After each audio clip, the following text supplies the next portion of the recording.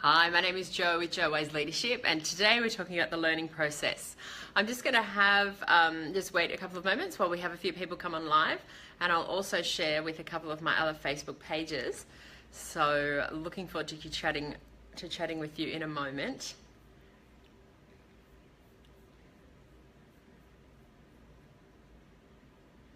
All right, we've got people starting to come on. I'm just going to share with my page this morning.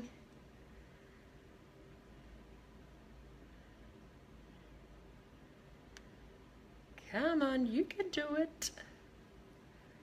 So it's taking a little while to connect. Good morning, Kate. Nice to see you. How you going? All right, I'm just sharing to my page and we'll get kicked off.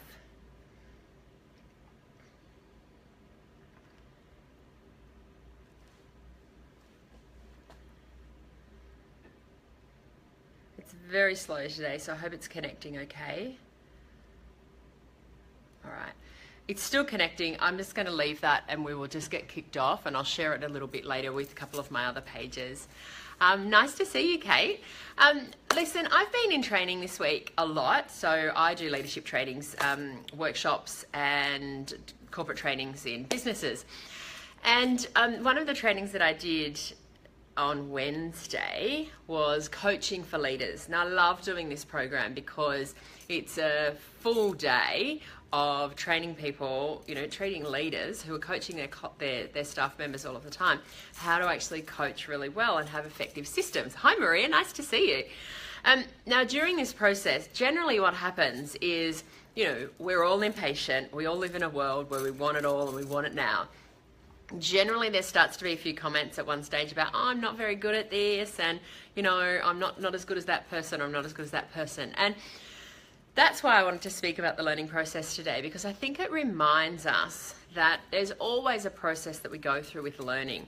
And despite what our community and our society says about instant gratification, there's not many things that are actually instant gratification. We don't learn things immediately. We always go through a process.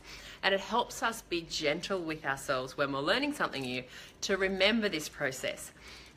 And it's had a big impact on me over the years as well, because I'm generally a pretty quick learner and I like to be really good at things. Surprise, surprise, like most of you out there.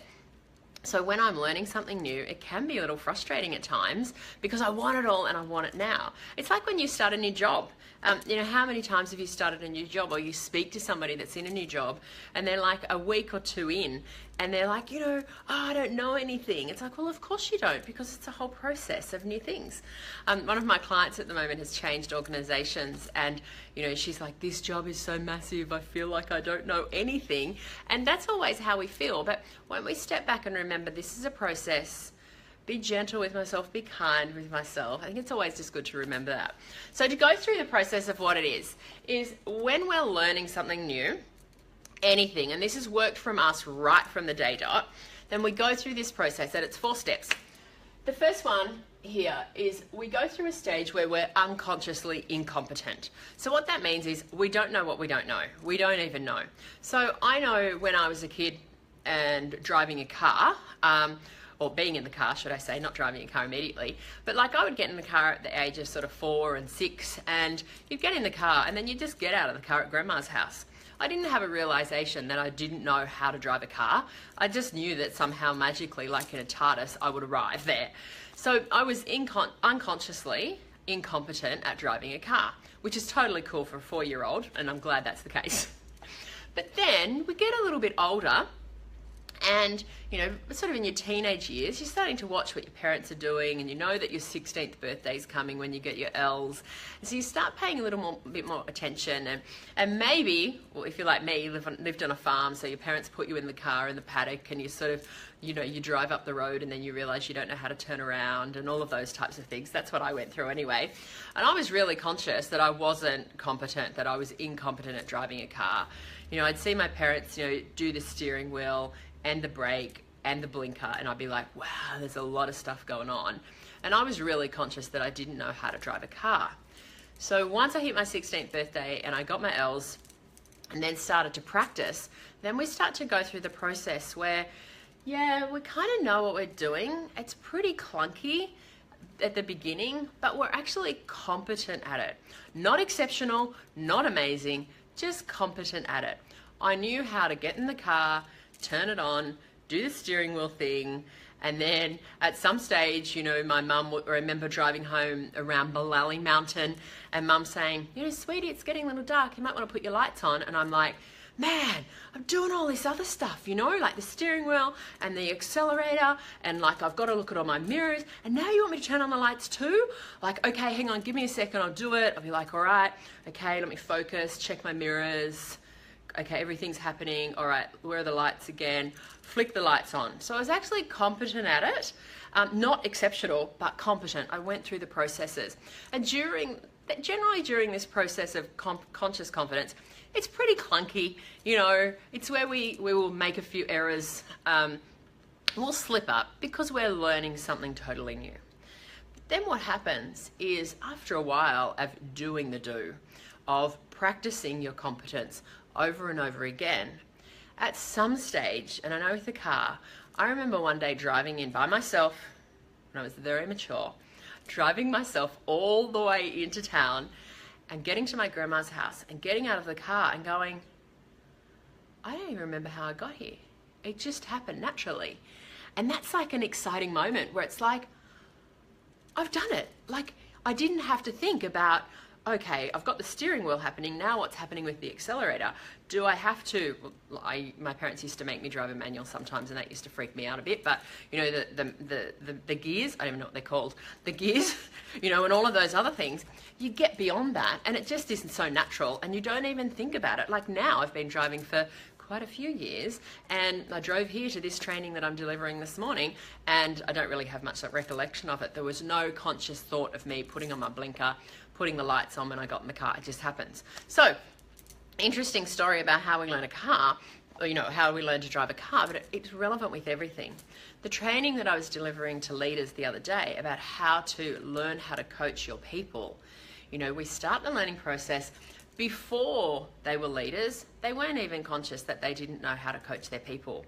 And then the culture came in at their business where it was really important for them as leaders not to just be technical experts with people sitting under them, but for them to actually be coaching their staff, having conversations with them, learning about them, help them, motivate them, you know, having them perform, getting them to be happy at work, you know, helping them with all of those things. So that's when they went from unconscious incompetence, they didn't know that they even needed to know how to be a coach, it wasn't an awareness of them, to they actually knew they didn't know how to coach because the culture started to change in their workplace.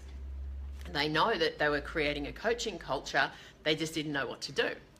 And then they come into the training room with me over a couple of days, and we work through the process of building up their confidence, of practicing, of having those conversations, of learning how it works, what needs to be done, why it's important, all of those things. And then they're practicing, you know, they're coaching each other, and they, you know, we talk about it, and I'm like, how was that? And they're like, well, it was actually really good. And, you know, one of them might be like, oh, it felt a bit uncomfortable. And it's like, yeah, absolutely. How awesome is that? That from a few weeks ago, you didn't even really know what this was about. You knew you didn't know how to do it, and now you're in the room and you're practicing it. It's always going to be clunky at the start, a bit clunky at the start, and a bit uncomfortable because we're getting out of our comfort zone. We're giving something new a go. But the really interesting thing for this is, with me being a trainer and working with so many people and helping them learn new things, and also myself always learning new things, you know, I'm always, you know, I love the process of learning.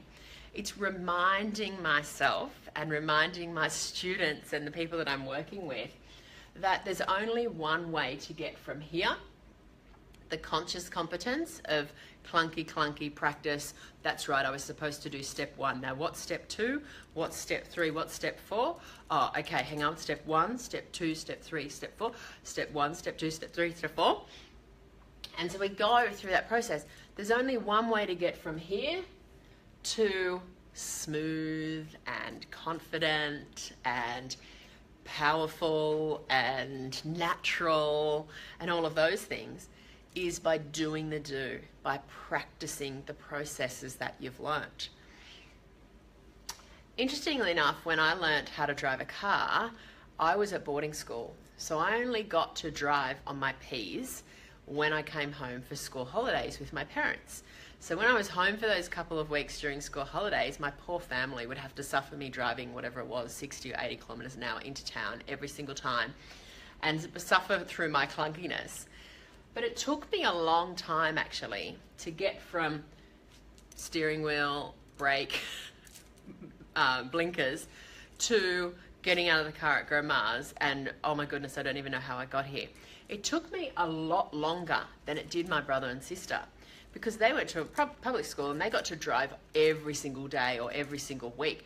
So they had much more exposure. They had way more practice, and they got to unconscious competence, getting out of the car and realizing, wow, that was really cool. I did that really well. It was really smooth, way quicker. It took me a lot longer because I didn't do the practice. I didn't have the exposure to it. So I think it's nice for us always to remember about this, because we all want to be good at stuff. It builds our confidence, but there's only one way to get good at something, and that is by learning it, going through the process, being willing and open and trusting your abilities, and being willing to just give it a go, and to understand that sometimes you're going to get it wrong, sometimes you're going to mess it up, it's going to be a bit clunky, and you know what? That's the process we always go through, so that's okay. So let's be really gentle and kind to ourselves.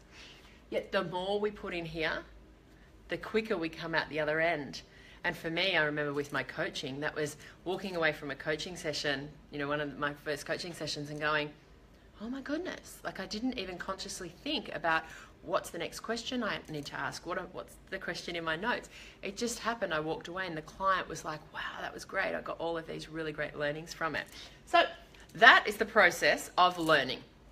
I really want you to remember this and remind yourself of this when you're learning something new. Good morning, Colleen. Nice to see you.